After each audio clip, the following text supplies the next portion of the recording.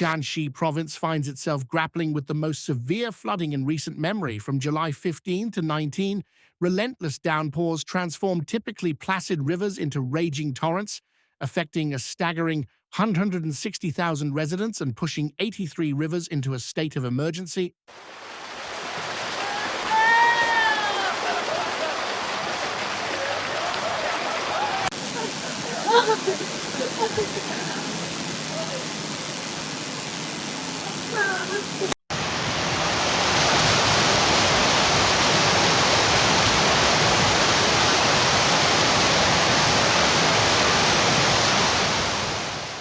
This deluge, dubbed the Rain King of this year's flood season, has left no corner of the region untouched, from the western and southern parts of Guangdong to the vast expanses of southern Shaanxi.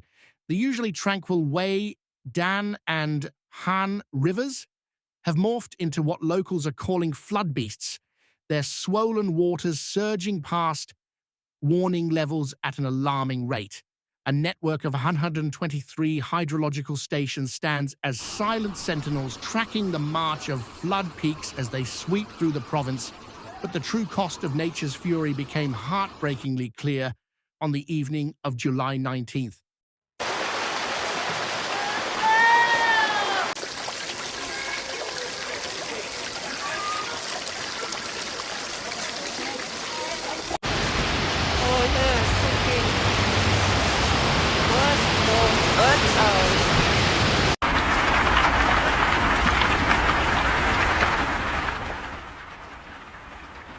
At approximately 2040, a sudden cloudburst unleashed a flash flood in Zhashui County, Shanglo City.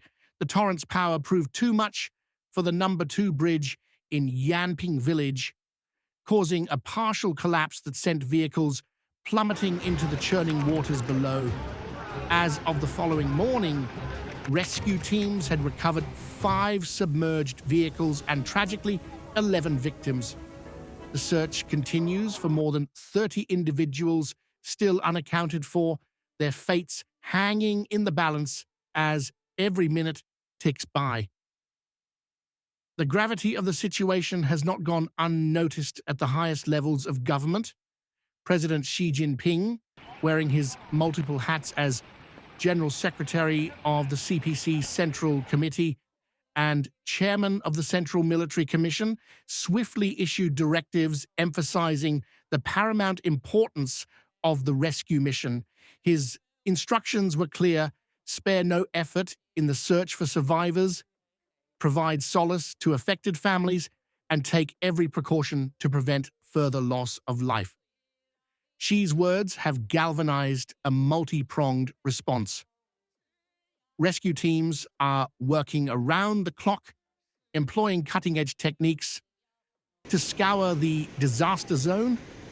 Simultaneously, engineers and safety experts are conducting thorough inspections of surrounding infrastructure, keenly aware that the sodden earth may harbor hidden dangers.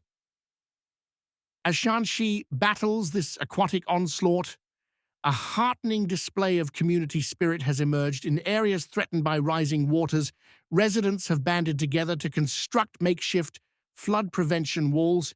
This grassroots effort, complementing the work of official rescue forces, serves as a powerful reminder of the resilience and unity that often shine brightest in the darkest of times.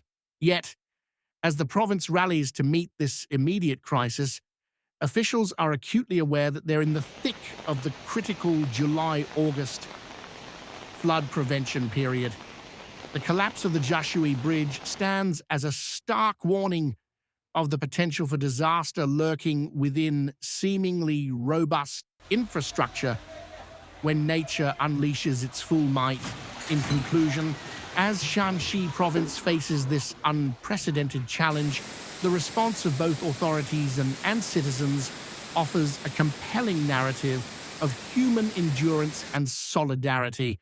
While the immediate focus remains on rescue and relief, the events of the past few days will undoubtedly prompt a re-evaluation of flood preparedness strategies across the region.